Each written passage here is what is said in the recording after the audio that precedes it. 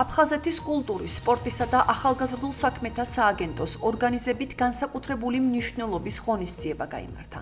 აფხაზეთიდან დევნილი წარმატებული სპორტსმენები შეიკრიბნენ ერთ სივრცეში, სადაც მათი გამარჯვებები, მონდომება და დაუღალავი შრომა კიდევ ერთხელ დაფასდა. ღონისძიებაზე დაჯილდოვდნენ სპორტსმენები, რომლებმაც საკუთარი მიზნებისთვის ბრძოლით არამხოლოდ პირადი გამარჯვებები მოიპოვეს, არამედ არაერთხელ ასახელეს საქართველო როგორც ქვეყნის შიგნით, ისე საერთაშორისო არენაზე.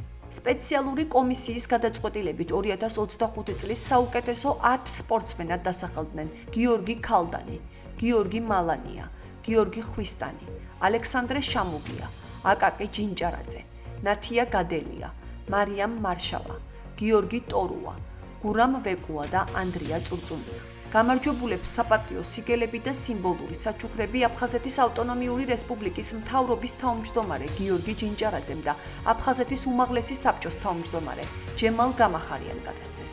ღონისძიებას ასევე ესწრებოდნენ საქართველოს სპორტის მინისტრი შალვა გოგოლაძე, აფხაზეთის მთავრობის წევრები, უმაღლესი საბჭოს დეპუტატები და სპორტული საზოგადოების წარმომადგენლები. დევნილი სპორტსმენების დაჯილდოება უკვე ტრადიციაა, რომელიც ამაღლებს მოტივაციას. კიდევ ერთხელ უსვამს ხაზს მათ შეუპოვრობას და ამტკიცებს, რომ მიუხედავად სირთულეებისა, გამარჯვების გზა ყოველთვის გრძელდება.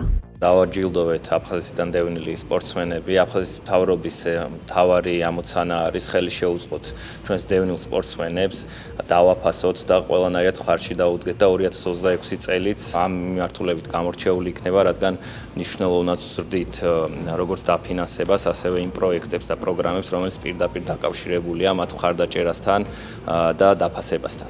ძალიან სასიამოვნოა დღევანდელი დღე და ჩემი აქ ყოფნა, იმიტომ რომ ვარ აფხაზეთიდან და მინდა დიდი მადლობა გადაუხადო აფხაზეთის მთავრობას, სპორტის სამინისტროს ამხელა მხარდაჭერისთვის და დაფასებისთვის.